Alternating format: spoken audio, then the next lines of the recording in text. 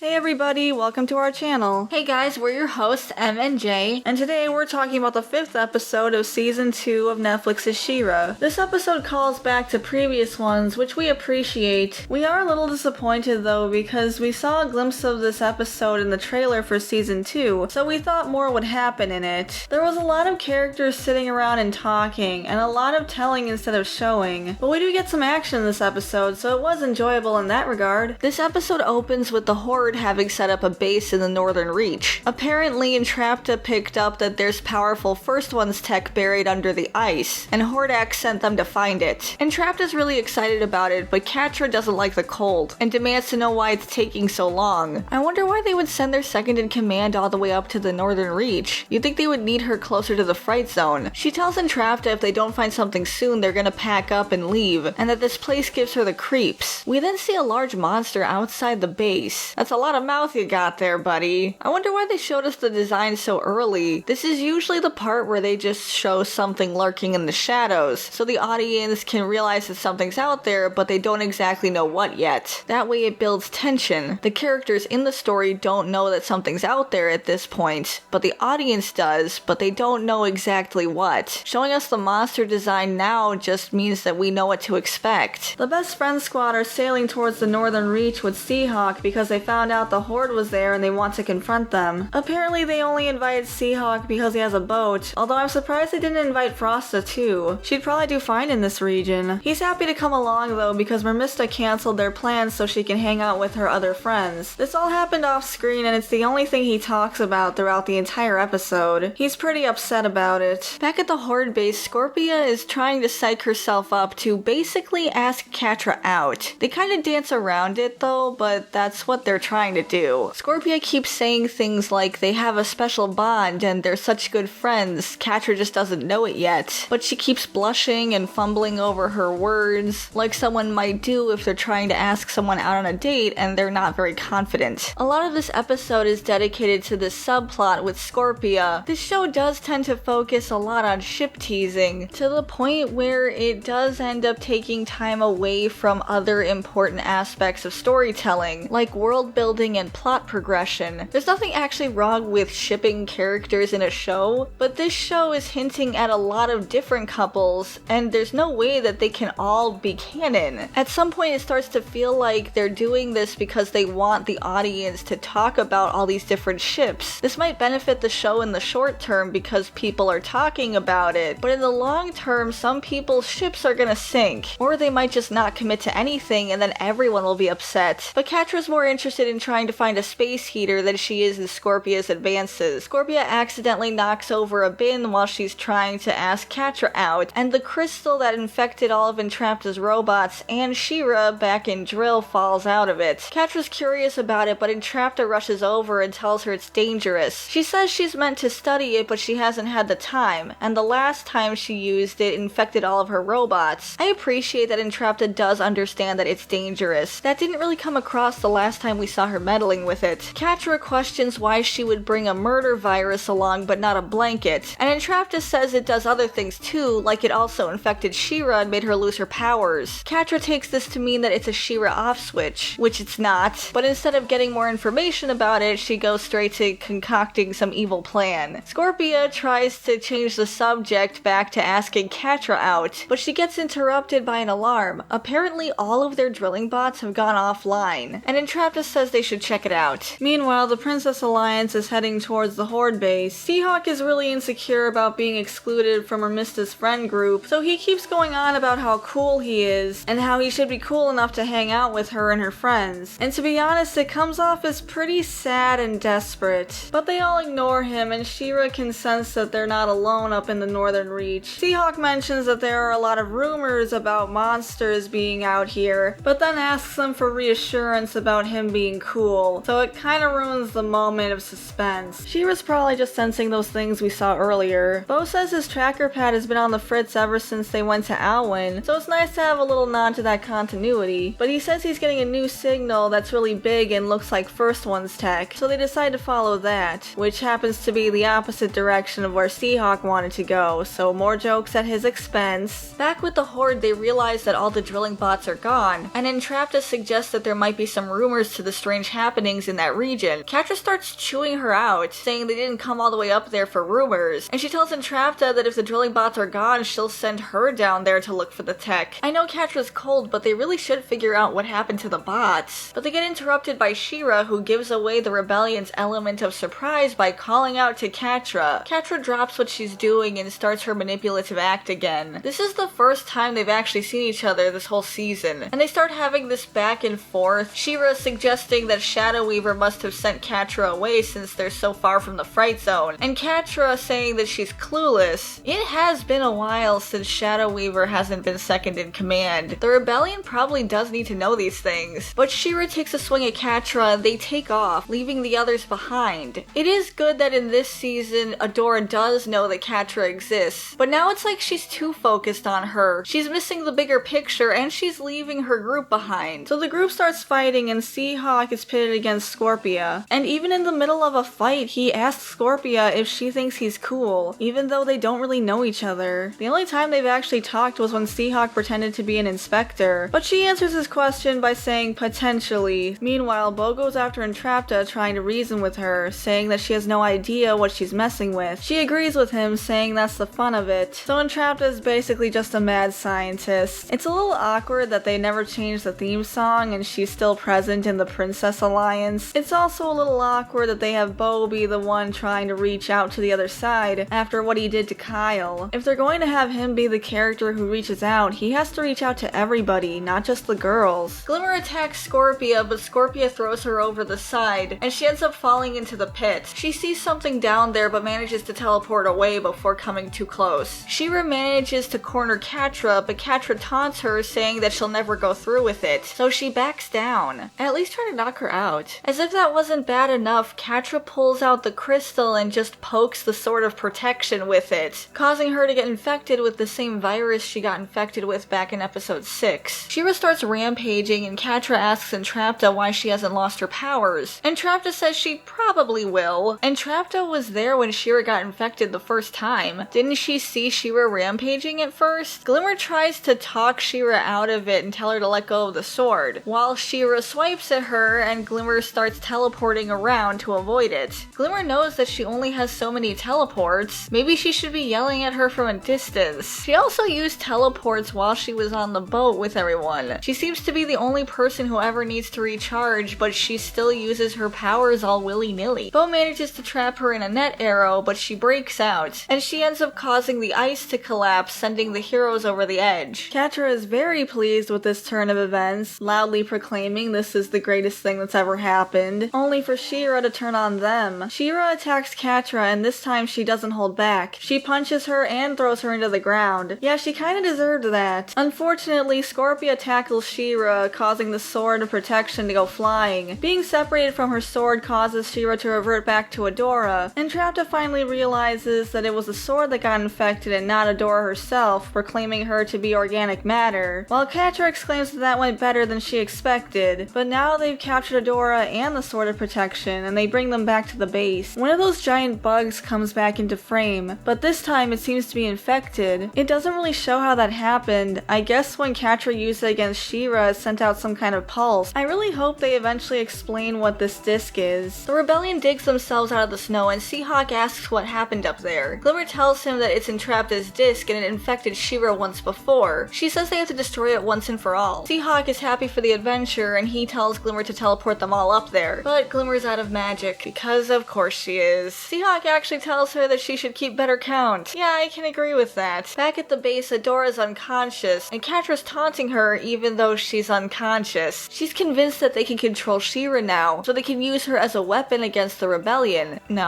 No, you can't. Katra's a second in command. She really needs to know better than this. She can't just think she's infected with a murder virus so we can control her. That beatdown you got earlier didn't clue you in that she's out of control. She says that the mission's over because they have First One's tech with the Sword of Protection. Entrapta protests, saying that they just need a little more time to find the First One's tech they came here for, but Katra yells at her again. But they're interrupted by more alarms. Katra says it's probably just the rebellion and she'll go handle it. And she she tells Skorpio to keep an eye on Adora. Skorpio says she'll keep an eye on this sleeping person only to look down and see that Adora's gone. Apparently Entrapta has eyes in the back of her head because she knows which way she went. She's actually done this a few times before. I'm just gonna assume it's a running gag as opposed to an actual power. The rebellion is scaling the cliff, and Seahawk is still complaining about how unappreciated he is to Mermista and how cool he is because he's a pirate. But he ends up slipping and Bo has to catch him using a rope arrow. As he's being hoisted up, he starts seeing a depressed version of his sea shanty. We understand that Seahawk is going through some personal trouble, but from the audience's perspective, all of that is off screen. What we as the audience are dealing with is this whole situation with Adora being captured, the Horde going after more First One's tech, and these mysterious machine monsters. So we can't really get invested in Seahawk's problems. They're too far away. But a lot of this episode is dedicated to him complaining about this situation. So it does end up taking time from other things that this episode could have been doing that the audience might have been more interested in. Like learning more about the Northern Reach and the First One's tech that's up here. If they wanted the audience to be more invested in this situation, maybe we could have actually seen Mermista ditching him instead of just being told about it. And maybe that could have actually had some bearing on the plot. Because right now it's just kind of tacked on. Back with the Horde, Skorpio is complaining about wanting to have a nice evening with Katra, but instead she's stuck babysitting her ex-best friend. It's like Skorpio's whole character was flanderized to be solely focused on Katra. She finds Adora and realizes that she's acting very loopy, so she tries to take her back to the others, but realizes that she doesn't know the combination to get through the base, which is really weird because she's a Force captain. How does she not know this? Plus, it's basically just the three of them and robots. How does she not know how to get around the base? But Adora puts in Katra's favorite number and that opens the door, causing Skorpio to get very jealous. But they get interrupted when part of the base gets torn off by one of those giant monsters. Adora's too loopy to be concerned, but Skorpio just kind of brushes it off with a "that's not good" remark. I'm kind of surprised there are so many jokes in this episode. There could have been a lot of suspense, like a kid-friendly version of The Thing or something. They made a big deal out of that ghost town, Alwyn, which didn't really lead to much. But here there are actual giant monsters around that have already taken out part of the base and the Horde's bots. But instead the narrative is mostly focusing on relationship drama. Skorpio grabs Adora and runs back inside, but they're obviously not safe there. That thing tore off part of the building with no effort. It could easily break through the walls and get them, but then again they don't really have any other option. But Skorpio could at least try to get a message out to the others. The rebellion finally makes it to the top of the cliff only to find the monster. It turns out there are several, but it cuts back to Skorpio, who is complaining that she's stuck with Adora and not protecting Katra, and then she blames Adora for getting in their way. The door opens and it's obviously Seahawk, but Skorpio excitedly says Katra, only to be disappointed that it's Seahawk. Okay, this is kinda crossing into creepy territory now. You've gotta have a life outside of Katra, Skorpio. Seahawk tells Adora he's here to rescue her, but he notices she's acting loopy and asks if she's alright. Someone probably should have told Seahawk about this. Skorpio says she doesn't know, but she's getting on her last nerve. But she says Adora isn't going anywhere, and it looks like she and Seahawk are gonna fight, but they just end up pulling Adora back and forth between the two of them. I would have preferred a fight. Elsewhere, Katra realizes something's going on, so she asks Entrapta about it. At this point, Entrapta has found the monsters, and excitedly tells Katra that they were probably released by them drilling into the ice, and now they're trying to destroy them. I'm surprised Entrapta wasn't able to pick up on these things earlier, considering the fact that they're First One's tech. Outside, Bo and Glimmer are pinned down by the monsters. I guess they aren't worried about Seahawk or vice versa, but Glimmer notices that the monster's eyes are glowing red just like Shira's, and deduces that they've been infected too. But the monster's about to attack the two of them. Bo asks if she has one more teleport left, and it turns out she does. I guess she was just saving it for an emergency. She ends up teleporting them right in front of Katra and Entrapta. At least Entrapta's happy to see them. Still kind of awkward though. But back with Adora, Skorpio and Seahawk are still fighting over her, and Skorpio says that Katra told her to keep an eye on Adora, so she will. Adora drunkenly says that Katra is mean, and this really offends Skorpio, saying that she's just misunderstood. She ends up telling them that she wishes Katra could see that she was worth her time, and that she wishes they had the same bond that she and Adora have. This ends up really moving Seahawk, and he starts talking about his problems with Mermista. So they sit and talk about their feelings, while Adora passes out. I do think it's kind of sad that there are quite a few episodes of this series where the main character gets sidelined. This season hasn't been been quite as bad as last season, but it is still noticeable. Seahawk talks about how he believes he's great at parties because he has a lot of stories to tell, so it's wrong for them to exclude him. I do kind of wish that we could see Mermista's side of this, just because I think it's not great to see only one side of a conflict. But we have seen Mermista get annoyed with him before, so at least it's not like a Mara thing. But Skorpio talks about how Katra's been so busy since she was promoted that she doesn't have time for her, even though Katra still expects Skorpio to be there for her when she asks her for something. But Skorpio, Katra is your superior. Katra's not taking advantage of you, it's literally your job. You're not on equal terms. But Seahawk agrees with her, saying that people only ask to hang out with him when they need something from him like a ride, which does seem to be the case. Yeah, they're not very good friends, but they've already established that. They start laughing, and Skorpio asks if there's something wrong with them, but before they can come to any conclusions, Adora butts in, saying that they're great friends and great people. So the two decide that they're already perfect the way they are and they don't have to change for anybody, or worry about anyone else's opinion about them. It's not a bad message to say that you don't need to worry about other people's opinions of you, but these two characters do have flaws that need to be addressed, and they're not allowed to grow as characters because of this message they're trying to send, which can also end up being pretty damaging. So that's kind of unfortunate. Meanwhile, the others are trying to figure out what to do about the monsters. Bo tries reasoning with Entrapta again, saying whatever the Horde is offering her isn't worth what they're doing to the planet, and that the monsters are infected just like Shira. Entrapta is surprised that the monsters are actually First One's tech. You'd think she would have figured that out. The monsters break into the base while Bo and Glimmer are trying to reason with Katra to give over the disc, but Skorpio, Seahawk, and a loopy Adora come charging in. So we get a battle sequence where they're trying to fight off these monsters, but Katra is trying to go after Adora and Glimmer is trying to go after Katra. We do get this cool moment where Bo tries to shoot the disc, but Katra catches the arrow in midair and throws it back at Bo. So credit where credit is due. So they're fighting and Glimmer keeps insisting that she destroy the disc, but Katra refuses because she's insisting that she has control over Adora now. And then one of the monsters goes after Katra specifically and manages to corner her, but she still refuses to destroy it. Seahawk and Skorpio are also fighting over the Sword of Protection, but Skorpio stops fighting to go and protect Katra. She ends up getting her claws on the disc and is left with an ultimatum of not destroying it and pleasing Katra, or destroying it to protect Katra. But Seahawk steps forward with one of the sappiest lines I've heard in a while, saying that caring for someone is the greatest adventure of them all. This prompts Skorpio to destroy the disc, turning the monsters back to normal, and they leave. Although at the start of the episode they weren't infected, but these guys were still rampaging. They destroyed all the Horde's bots, so it seems a little contrived that they would just leave. I wish we could have found out more about these things and the Northern Reach. All we actually know about them is that they're First One's tech, but we don't know anything else about their function or purpose. But it doesn't seem like this show really prioritizes world building. Skorpio picks up Katra and Entrapta and gets them out of there. Katra doesn't know what she's going to tell Hordak, and after he tried to suffocate her a few episodes ago, I actually do feel for her. But Entrapta is very excited, saying that the mission was a huge success, and she reveals that she actually found the First One's tech they originally came for a while ago, and just didn't say anything because she was having so much fun. Oh, Entrapta. But Katra's relieved, and this will probably come back in another episode, so it'll be interesting to see where that goes, since Entrapta says that this can power Hordak's portal technology. Would we get to see Eternia? But Katra thanks Skorpio for getting them out of there, and she lets her share her blanket, which Skorpio is very happy about, and she goes back to asking Katra to hang out again. So that was the episode. This was kind of a weird one. I don't think these writers do well with suspense. This episode had a lot of potential for it, but the one time they did try to do suspense, it totally fell flat and wasn't scary at all. Then again, we might just be thinking of The Thing. There was a lot of opportunity for world building, but instead a lot of the runtime was dedicated to shipping and relationship drama, some of which was off screen. While shipping can be fun, it also has a bad habit of getting pretty messy, especially when it takes away from the overall narrative. This is the only episode this season that has Seahawk in it, and honestly it was pretty sad to watch. He spent most of the time begging people to tell him he's cool. Well, he used to be cool. He was a suave, swashbuckling hero, and now he reeks of desperation and cheesiness. They did give him his weapon from the original, so that was appreciated. But that's just our opinion. What do you guys think? I'm worried about the shipping getting out of hand, and I'm still disappointed with the lack of world building. Hopefully we'll get more information about the first ones. They spend a lot of time talking about them, but we still don't know anything. everything. Before we go, we got some fan art from an artist on Instagram, and we wanted to highlight it. From _J4ROFM4YO. Sorry if that's not how you say it, but thank you so much. It's super cute and we really appreciate it. We really do love it. We also want to thank Maklayla for getting it to us. We have a Twitter at MJTannerTwins, but we'll probably get an Instagram too, so we can interact more with you guys. So we'll probably announce that soon. But let us know what you think in the comments below. If you enjoyed this video, you can leave a like and subscribe to this channel if you want to see more content like this. Thanks for watching, everybody. We'll see you in the next video. Bye guys. Bye everyone.